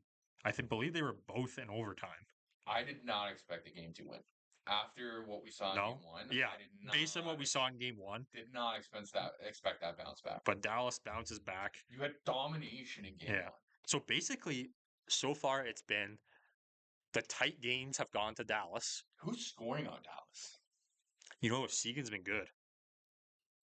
I think I saw the one highlight of his goal. Seguin's been solid. Blocker side. Game 2, Blackwell gets the OT winner. Dadonov had one. Seguin had one. Game 3 was low scoring. It was only 2-1. So Ben and Seguin OT winner, game 3. So basically, when the games are tight, it kind of falls into Dallas's lap. But when Dallas lets Colorado run free and it gets out of hand, that's Colorado shows up. So Colorado won last night 4-0 to even the series. Have you seen any of the clips of the mic'd up guys who are saying hello to Rantanen? No. It was fun. Oh. So basically, Dallas is proving everyone wrong because I don't think anybody with Heiskanen out, with Robertson out, and we touched on it before the series, who needs to step up. Thomas Harley has been terrific. Thomas Harley is going to be a NHL defenseman, a top-end NHL defenseman for a long time. How has Landeskog been? So that's what the next point. Landeskog returns in game 3. His first game back is on home ice, and he scored last night. Did he really? He scored last night, and he looked good. He's looked good. It looks solid. I think he's playing kind of a lesser role because they're just kind of trying to bend him in. It's cool. He might have gone up actually the lineup last night. Let me find the lines here for Colorado. Cool. But yeah, actually, I may have been wrong. It may have been the Landeskog returns where like Ben goes up to him and goes, "Welcome back." Yeah. Landeskog's on the second line with Nelson and Nichushkin. Rantanen says something to him. Yeah, it's the guys who are going up to him, being like, "This is impressive what you're doing." Like, not much from Rantanen in this series because he's a fraud. Because he actually got traded to Dallas. He looked good. Little Madonna over there. Little Madonna Rantanen. Oh, I'm worth this much. Oh, I don't want to play here. Oh, I want to touch on last night a little bit. What I mentioned to you earlier. Mm-hmm. Weird because Colorado was up 2-0 after the first. They absolutely shell Dallas in the second. Ottinger keeps them in the game. Keeps it. They only lets in the Landeskog goal. Is the only goal of that period. It's 3-0. I know it's 3-0, but they were getting outplayed like crazy, and they pull Ottinger after the second. Maybe it was the game's out of hand. Maybe he's trying to send a message to the rest of the team and give Ottinger, okay, just be ready for game 5. Ottinger deserves better than the effort you're giving. I don't know, but it just seems strange in a playoff game. The only other thing that could be like maybe he tweaked something. Maybe it's like this. But he was on the bench. And it may have been like, I'm just exhausted. Like, we're not showing up tonight. It was an interesting one. The whole thing just seems weird. An interesting one. Yeah. The whole thing seems weird. I want to touch on I want to go back to the Landeskog one, though. The funny thing about I saw the Landeskog highlight, and it's kind of hard to see, but for whatever reason, I was looking right at these people. But if you look at it, Landeskog scores, and there's this couple in the crowd. They're both wearing Landeskog jerseys, and after he scores, and they're making out after the goal. Everyone else around them going crazy, and these two are making out in their Landy jerseys. He's a man of love. He yeah. brings out the best Yeah. in people. But everyone's talking about like how just good of a human he is outside of just hockey, That's right? awesome. But it's great to see him back, and then there's a reason they didn't give the seat to anyone else while he was gone, Yeah. even with studs like McKinnon and Makar in your lineup. Yeah. You still said You Landeskog is our easily could captain. have. McKinnon easily could be a captain. Yes. And once Landeskog is Yeah. done, I think that makes sense. Yeah, But to honor the guy and to have enough Yeah. respect for the guy to say no, we believe in you. We know we're coming back. that's You're a our good- leader. That's a well-run organization. Yeah. To have a classy move like Yeah. that. So, 2-2 series, which is great to see, and we hope that one goes deeper. Mhm. Yeah, like you, I didn't see much of this series. I caught some of game one, and I caught most of last night. I went to bed after I got out of hand last night, but I caught the majority of the second and a little bit of the third, Okay. probably half the third, I'd say. So Dallas hanging in there. So Dallas kind of want to keep, as long as Dallas keeps the games close, it seems like they're in the driver's seat. Let's see. Colorado is just, oh my God, that is the last team I want to play against every single night because they're just so fast and everything they do, they're in your face constantly. The one goal we saw last night from the Colorado game was McKinnon short side, absolute bomb of Yeah. a shot. Like they're so good. And not even just like, not necessarily in terms of like winning the game, which obviously they would be one of the teams I want to least play against for winning. But like, there's a couple other teams around the league, like Florida, like Vegas, they're just so hard to play against that you don't really want to play them. But just the sheer fact that like when McKinnon and Makar on the ice and they're coming at you, it's so hard to defend against. Yeah. They're fast. They have a sight Yeah. for the game. Their Yeah. movement's sick. When they're in the power play, it's a joke. The biggest thing that I mean, I spoke about it a lot with Four Nations, but it's like the agility of Yeah. a car, the change of speed that Yeah. he's capable of is unbelievable. Yeah. Okay, moving on. Last division is the Pacific. I think this might be the most surprising series. Is the Vegas Minnesota series. I don't know where Minnesota came from. Not sure where this is coming from because Vegas took care of business in game one and it kind of seems status quo. Yeah. And then games two and game 2 and 3, Suddenly. Minnesota looks unbelievable. Completely outplaying Vegas. Yesterday was a tighter game. Vegas takes an overtime to even the series. But I think this and the Washington Montreal series, everyone kind of expected to just kind of be. I thought Minnesota was going to get driven over. Yeah. But excuse me. I think Minnesota is just they're so good defensively, and now that you have Kaprizov and Eriksson Ek back in the lineup, you have that little bit of offense. I just think that people think because those guys are out for such a long period of time, it's going to take a bit. It's going to take a bit to bed in. But it hasn't. And because when Kaprizov's been healthy this year, he's been at an MVP level. If he didn't get hurt, he would have been in the race. Yeah. He has come to play. He's been unbelievable in this series. That saucer pass in game 2, probably the greatest sauce I've ever seen. Was it rivaled the Carlson one in Ottawa? Oh my God. Like through zones, through people, through sticks. Unbelievable. He's been unbelievable. Now, that's not to say that there's any guarantee that Minnesota wins this series because It's Vegas, it's 2-2. Vegas is still hard to play against. Someone took a nasty stick to the face last night. Yeah, he was bleeding like crazy. He went to the room, but he came back. He played the rest of the game. We'll see what happens. Gustafson's been solid. Hill played really well yesterday, actually. Hill kept Vegas in it when they kind of got under siege. You know who's been really good for Minnesota is Matt Boldy. Yeah? That's a guy. That's like a nice type player that you're not going to hear about because of where he plays. We're basically where we live, right? Mm-hmm. But that's another young power forward who's going to be around for a long time. He's going to be a good player. Yeah. Outside of that, I don't have much else. It's just a shock how good Minnesota's been. Yeah. Nobody expected it. I don't think it was any disrespect to Minnesota. I think everyone thought they don't score much. They've had a lot of injuries this year. These guys haven't played a lot of hockey coming into the playoffs, the big guns. They're going to be good defensively, but Vegas is also good defensively and just such a strong playoff team that it was just kind of like, okay, Minnesota's It just, seemed like a lot to ask Yeah. Minnesota. but they're not rolling over. 2-2 series, headed back to Vegas. Yeah. I think if you would have said that to Minnesota before the series, I think they would have taken that. Mm-hmm. That's all I got there. The last series we got, LA and Edmonton. Edmonton, you absolutely suck. You need to rebuild. Rebuild. They were in those Game 7 of your the final last year. season's done. Stuart Skinner, I've been calling it for years. You suck, dude. You're not an NHL goalie. You never have been. The mustache is a fraud. You should shave it off, dude. This team's nothing. The team needs to completely reevaluate. See how much of an Oilers fan Jack Who is? is He's on actually this rattled team? with this. Who is on this team right now? Because it doesn't work. It doesn't work. You need to. Evander Kane is contributing. The guy came off of. Like, you have guys returning from the entire season being off. That's how desperate you are. I'm sorry. Edmonton, you have some real freaking problems, man. That's my tone. So basically, game one, LA dominates game one. Edmonton, McDavid and Draisaitl kind of pull them back in it, and they make the comeback. It's a tie game, and then they tie the game, and then immediately after that, they concede, and LA scores, and LA wins the game 6-5.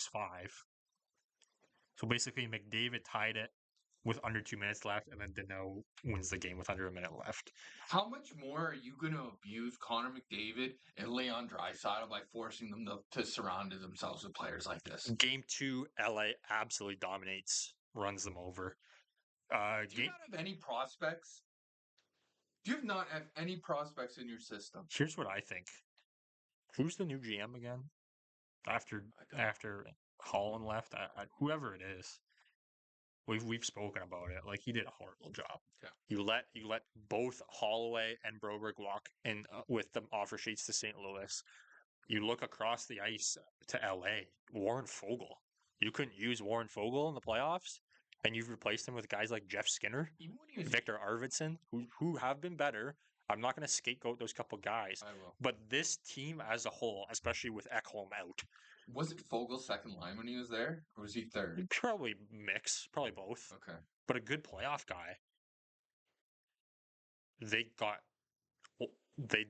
were younger. They were meaner. They were bigger. They Growing. were faster. And you just went the other way. I don't know what they thought they were doing in the offseason. You went out and you got Jeff Skinner. Yeah. Is he in the lineup? Yeah, he is. And listen, I know, like, Frederick, you trade for Frederick. He's got injured. Frederick hasn't played much. He's playing on the fourth line. It sucks. He only played one season game before. It doesn't feel good. Yeah, that's tough. But it's just like, I don't know. I don't understand the decisions that this management is making with the team. Anyway, so Pickard starts game 3. They bench Boy, Skinner. that doesn't feel good. They bench Skinner. It really isn't that much better because they get lit up. They actually came out flying. We're up 2-0. But LA scores. Fought back. LA scores. We watched this. Yeah, LA scores late in the first and then scores 3 in the second. Edmonton grabs 1 in the second as well. LA takes a 4-3 lead in the third. And then Edmonton kind of comes alive. But I think the biggest factor, so Kane ties it 4-4. So this is the big factor. This is what changed the game. So Kane scores, and LA challenges it. Off of what exactly? So it was kind of like, it looked like he kicked it, but then he swats it in with a stick, so it's not that. And then they kind of say, like, oh, challenge for goalie interference. And there was, like, maybe a little bit of contact before the puck comes around, but it wasn't really much. I don't know who's making the decisions for that.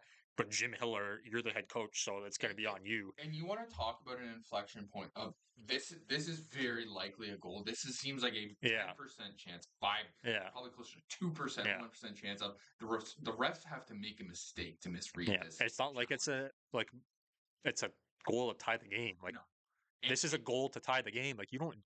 And unless you're absolutely sure, you're still in this game. Yeah. If this is a tie game, you're still in this. Yeah, exactly. But to go ahead and challenge this, is very dangerous. Strange, stupid, really. So they challenge it, they don't get it. Edmonton gets a power play, they score immediately, take the lead, and then the floodgates just open from there. They grab 2 empty netters. I need to know who's responsible for this challenge going forward. I think every team kind of like has people upstairs because you always see an assistant coach with like if you see in Toronto, like Savard's always got the headset. Yeah. And then they call down and say, okay, like it The looks guy good. for Edmonton should not have a job. But at the end of the day, like you can see there's screens on the bench, so like the coaches can see on the bench. So I think it's down to the head coach at the end of the day to make the final call. Shouts out all Jim Heller. You might have just given Edmonton a route back into the series. All of the Hakeem Opticals, all of these eye doctors who offer LASIK, I'd be calling the Edmonton Oilers organization saying we can fix this for you because I don't know what the hell just happened. Because this is insane. That was bad. That was bad. So he pretty much gives him the game. Yeah. Edmonton takes game 3. You got a 2-1 series. If you have just let it be 4-4 game, maybe you close it out. Maybe you win in overtime. Give yourself a shot. You give yourself a chance. And this was. Maybe you go up 3-0. No, this was the third. Third. This was the third. But early in the third. Probably like halfway. It just. Point being, there was enough time left. Tons of time. This was tons not a minute left, and this is you're going to lose anyway. Stupid. So game 4 goes tonight. Do you stick with Pickard? I don't know. I can't stand Skinner. I'd stick with Pickard. I don't think he was any better. I think Edmonton's just scored a lot. You I mean, maybe you go back to Skinner just because he has the experience. He won the game, so you stick with Pickard, I guess. They play tonight. They're the late game tonight. What time do they start? 9:30. Maybe watch the first. So yeah, we'll see. We'll see what happens. Edmonton defensively, they've been lit up. Even when they win, they let in 4 goals. So ship them. Yeah. Sell. Could be big trouble. Blow it up. But maybe they gather a little momentum off that win. Maybe. That's home ice. If they take both at home, you got 2-2 series heading back to LA. Because LA is the best home team in the NHL and one of the worst road teams in the NHL. Kemper didn't look good. Not last night. No, not last night. Or Friday night, whatever it was. Yeah. Kemper didn't look good. Yeah. And I think it wasn't his best night. He's going to bounce back. Yeah. But LA at home. But then they're the complete opposite on the road. They're terrible on the road. So that could be just whoever the home team is wins. That's could be the theme so far. Okay, that's all I got for playoffs. Domi, we're getting in the mix. Domi, if you use your stick and use the butt end of your stick in front of the ref, it's a face-off. Yeah. And you're shoving your stick into it. What did you think was going to happen? That Idiot. you're going to look so innocent? Yeah, idiot. Cut the shit. Domi, I know you listen to this. Ty? No, you don't. Ty, I know you listen to this. No, Get you don't. your son. Give him a little guidance from the vet who's been there. Be like, if you're going to push the envelope, don't do it 2 inches from the referee. That's it. Just wanted to get that in. Okay. Look, before we get to other NHL news, let's stick to playoff hockey. Okay. CHL playoff hockey, just a couple notes. Shout out Gavin McKenna. He now has the longest single season point streak in CHL history. That's sick. And the numbers are just fucked in that point streak. They're just batshit insane. I can't remember what exactly they were, but they're just insanity. And then the other thing we touched on, I believe, probably last episode, both of our hometown OHL teams against each other. Shout out the Kitchener Rangers, unfortunately for me. Windsor takes a 3-0 series lead. Kitchener has come back all the way back and win the series down 3-0. Windsor actually did this to Kitchener in 2010 when Windsor won their second Memorial Cup in a row. So Windsor had a couple injuries. Greentree, I believe is his name, is probably their best player, and he missed a lot of the series. So it didn't help out for them. Shout out Tex. All my Kitchener guys will know Tex. He is the cowboy or whatever you're going to call him, the Ranger mascot, who is probably, in my opinion, one of the best mascots in all of CHL and OHL hockey. There you go. I think it's just awesome. And they go to the conference final to play the, of course, Wagon London Knights, like always. Ooh, that does real good. Yeah. Okay. Couple things, NHL notes that for teams that are eliminated from the playoffs. Okay. So last week the Rangers fired Laviolette. We touched on that. That kind of came through as we were recording last week. Mhm. They've extended GM Chris Drury Okay. after a disastrous season. Interesting. We'll see what happens. Guy willing to make some Yeah. moves, willing to kind of Not sure face the hard years. who they'll look at for the coaching search. We'll see. But yeah, a little interesting. Yeah. Didn't even know he was kind of in the conversation for an extension. I don't know how coaches and GMs work. Is it like a player you can't negotiate until there's a year left? I'm not sure. But Unless you're gonna buy out that contract. yeah, I don't know. Ooh, We'll see. New York has the change. I don't think the Rangers are that dire of a situation that like it's proven that they can do it. Maybe they need a new voice behind the bench because they made the conference final and won the President's Trophy just a year ago. Yeah. So it's not like they have one of the better goalies in the league. Mhm. So there's things there. You Maybe have parts. You have a lot to work with. you brought JT Miller in. Like maybe they just need to tweak some things throughout the It's a lineup. retool. Maybe Zibanejad's not the guy anymore. He's not. Maybe guys like Kreider. Maybe it's time to move on, right? Quick retool. Quick retool. Yeah. It'll be fine next year. Yeah. We'll see. We'll see what happens. Elsewhere in Seattle, after only one season, head coach Dan Bilesma is fired by the Seattle Kraken. Bye-bye. Obviously, was a disappointing season. They made the playoffs in their second year and then have now missed 2 years in a row. Bye-bye. I thought maybe you have a little more patience. I thought so. You give them at least the start of next year. They have some players. Like, part of it's just like the roster really isn't. You don't have a lot to work with. The roster isn't really there. You got to be willing to attract some talent. I don't know if there's any stigma against the coach, but it's like you have to bring in more than that. It's a Stanley Cup winning coach. I don't know. That's what I mean. Like, I don't understand. You brought him through. He was your AHL guy, and then you bring him through and you fire him after 1 year. I don't know. Like they weren't good, but like again, we talked about the talent. The talent really isn't there in your roster, and it's not like they like were terrible, like the worst team in the league. Is Jared is Schwartz and McCann gonna go win you a Stanley Cup? Yeah, exactly. Like Eberle, even like Beniers hasn't really taken the strides at this point. That I think he's a solid player, but he just 1 year seems very quick. It seems quick. It seems quick. But we'll see what happens in Seattle. They move on. To Long Island. The Islanders have parted ways with GM Lou Lamoriello. Bye. Lou is in his 80s. I think that's probably it for Lou. Go play with your grandkids, Lou. Yeah, I think Lou might be done. I don't see anyone giving him another shot. No, I don't think so. I don't think he even wants it. I think he's done. I thought he was done after the Leafs. I thought he was moving on after that. Yeah. Anyway. He was notoriously pretty stubborn with this core on Long Island, like wanting to stick with them, which they did have a little bit of success. They made a couple conference finals. Even the latter half of the season was better. Yeah, and they were always in the mix for a playoff spot, whether they made it or not. But I think maybe you bring a new guy in, fresh blood. Is it time to do something else? Yeah. You saw them. You still have some good pieces in that lineup. You have Barzal, you have Horvat, Dobson, Sorokin in goal.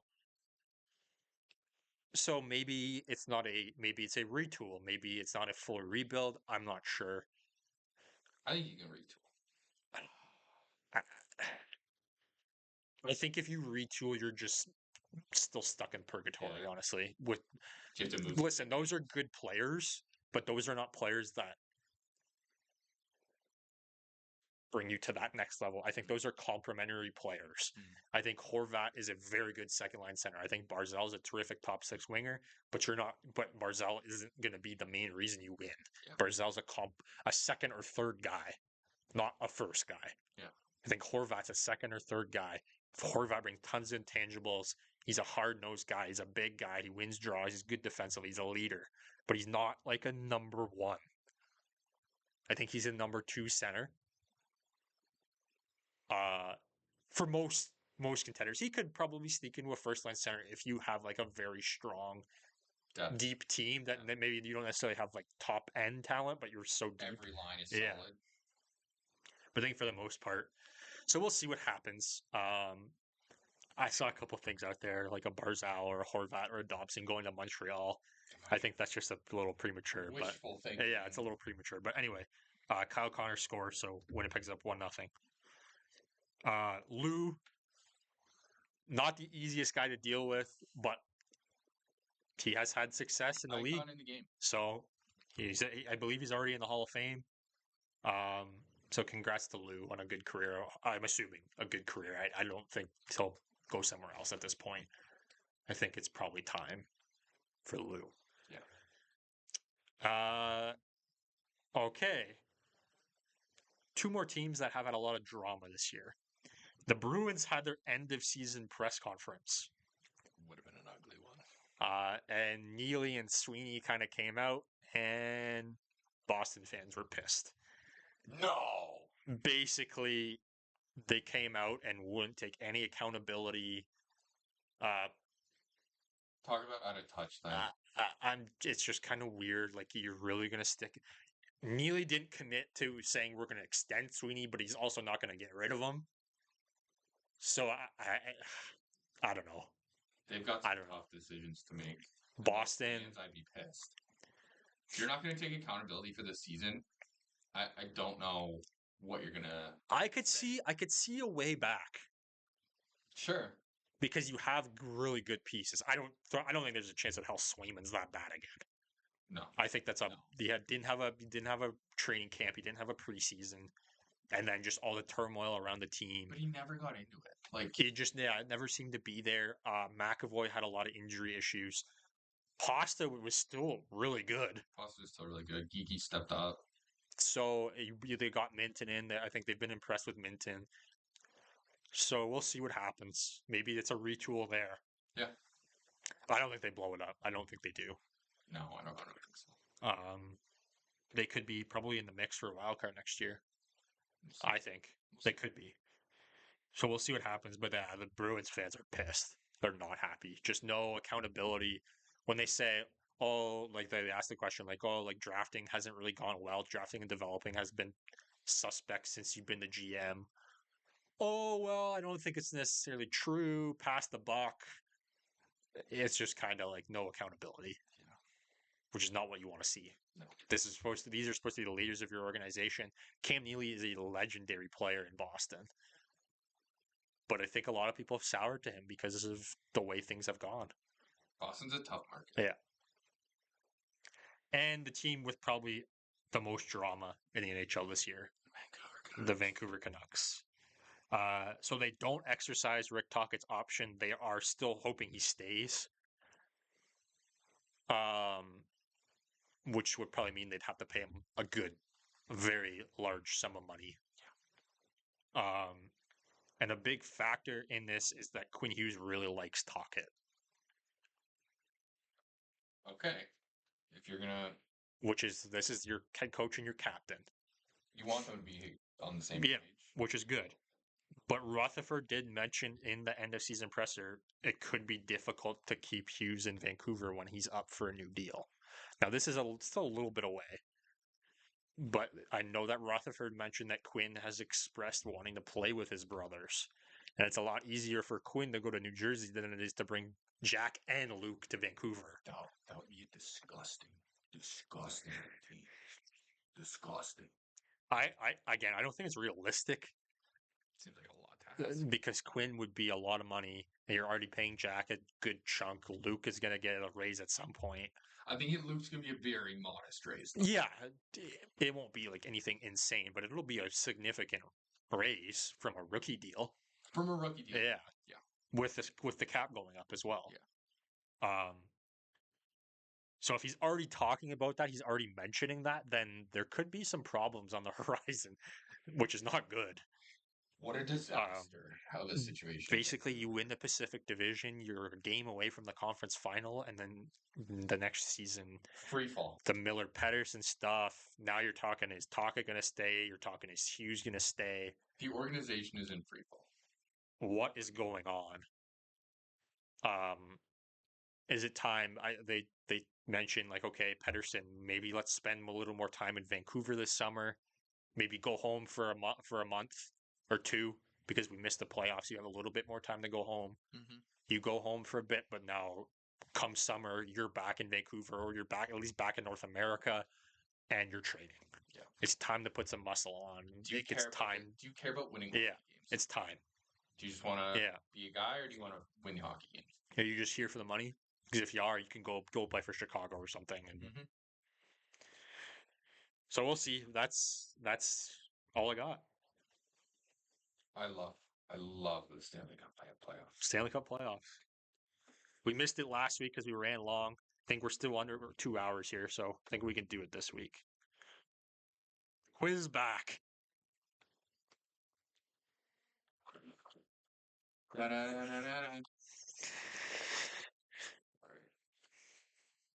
Washington, Montreal, 6:30 start time tonight. Interesting.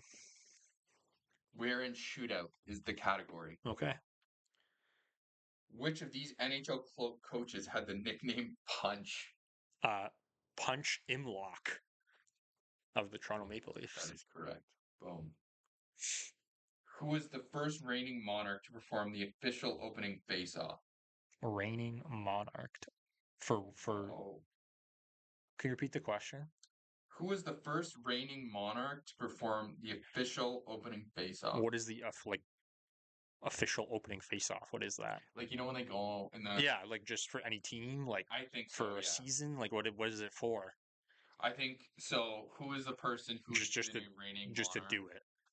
Yeah, in reigning meaning like they're at the time that this game was published, they were in power. Yeah, not power because they don't really. The royalty doesn't really do anything anymore. But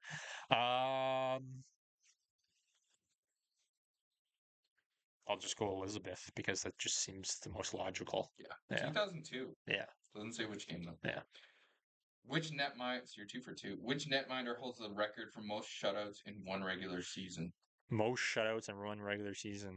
At 22. 22 shutouts? That's got to be a long time ago. Can you give me the year? 1928. Yeah. George Vezina. It is not George Vezina. Okay. It is George. There's a little hint there. You give me the options. I'm not going to know. Oh, okay. Well, I kind of spoiled it by saying it's a George. Oh, okay. Then don't tell me then. Don't give me their first name. Just give me their last name. Brimsick. Okay. Brodeur. Not him. Hainsworth. Okay. Sawchuk. Okay, it's obviously not Sawchuk. I'll go Hainsworth. You were correct, George Hainsworth. I don't know if there's a mistype, but they said Marin Brodeur. Is there Marin Brodeur? They just misspelled Martin. Maybe back then there was a Marin Brodeur, or they just misspelled Martin. I don't know. 400 points. Who scored the most career goals as a player on the Coyotes/Winnipeg Jets original? Okay. Let's work this out here.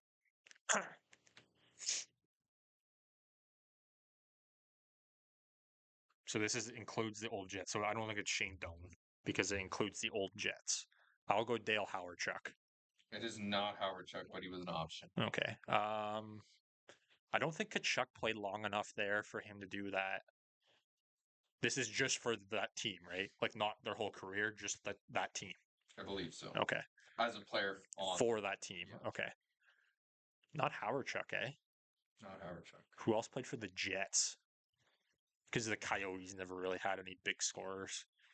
Maybe it was Shane Doan. I'll go Shane Doan. You're correct. Okay. 402 was Shane Doan. I'm surprised Hawerchuk didn't have more than that, if I'm being honest. Yeah. He played there a long time. He scored a lot. 500 points. Which goaltender was the first selection of the Ottawa Senators at the 1992 expansion draft? Goalie. 92 expansion draft. Who was Ottawa's goalie back then? This is tough. 1992.